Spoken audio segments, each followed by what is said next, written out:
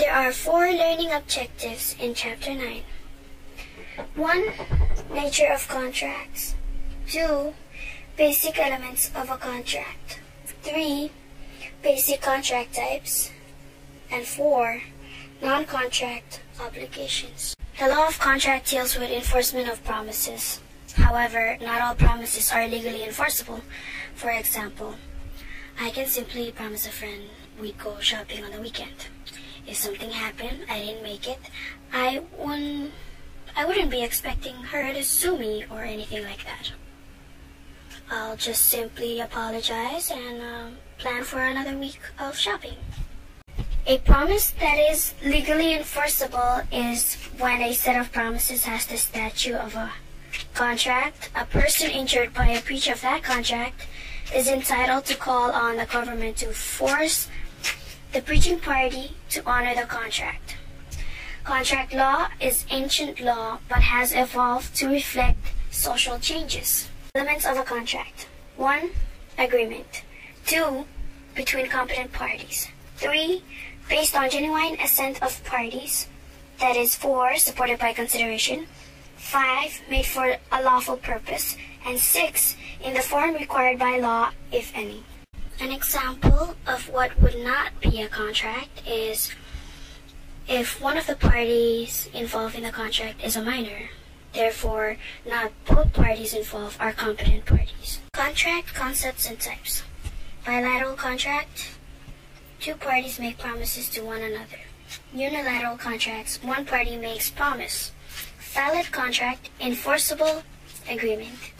Voidable contract, agreement otherwise binding, but circumstances allow one party to avoid binding nature or enforcement. For example, the injured party may dissolve the contract. Void contract, agreement prohibited by law.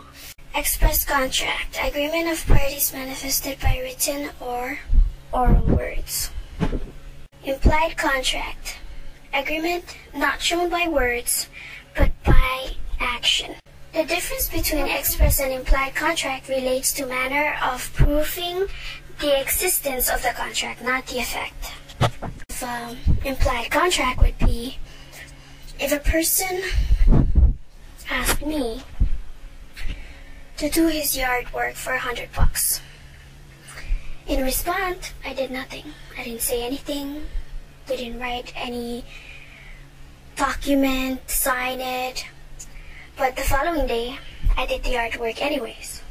So through my action, I showed that I accepted. Sources of governing law. 2 bodies of law govern contracts are Article 2 of Uniform Commercial Code and the Common Law of Contracts. Uniform Commercial Code, or UCC, is statutory law in every state. It contains 9 articles. Article 2 of which expressly applies to contract for the sale of goods. UCC does not apply to sale of services, intangible property, or things such as stock or intellectual property. When dealing with sales of goods, the code is generally more flexible than the common law of contracts. It is to create rules to deal with what people actually do in today's marketplace. As mentioned in the book, the drafters of the code wanted to promote a fair dealing and higher standards in the marketplace, so they impose a duty of good faith in the performance and enforcement of every contract under the code. Just like the UCC, CISG does not have provisions to cover every contract problem that might occur. It only applies to sales of goods, not services, and only to commercial parties, not consumers. The last learning objective in Chapter 9 is non-contract obligations. Courts may enforce an obligation to pay for certain losses or benefits even in absence of mutual agreement and exchange of value. Quasi-contract is an obligation imposed by law to prevent unjust enrichment of one party in certain circumstances. Plaintiff recovers reasonable value of benefits conferred on defendant or value of labor.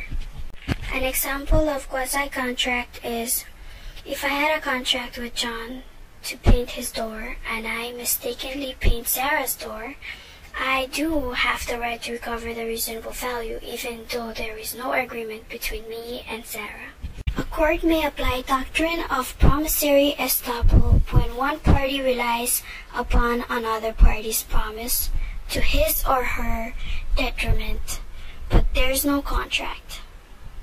Court will force promisor to fulfill promise or pay compensation. An example of promissory estoppel would be, I work for a company that assured me that they do have an open door policy in which I may bring any complaint or problems I may have with managers or senior supervisors.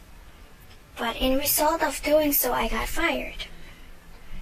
And according to promissory estoppel, I have the right to sue the company and recover the loss that I may have gone through during the whole incident.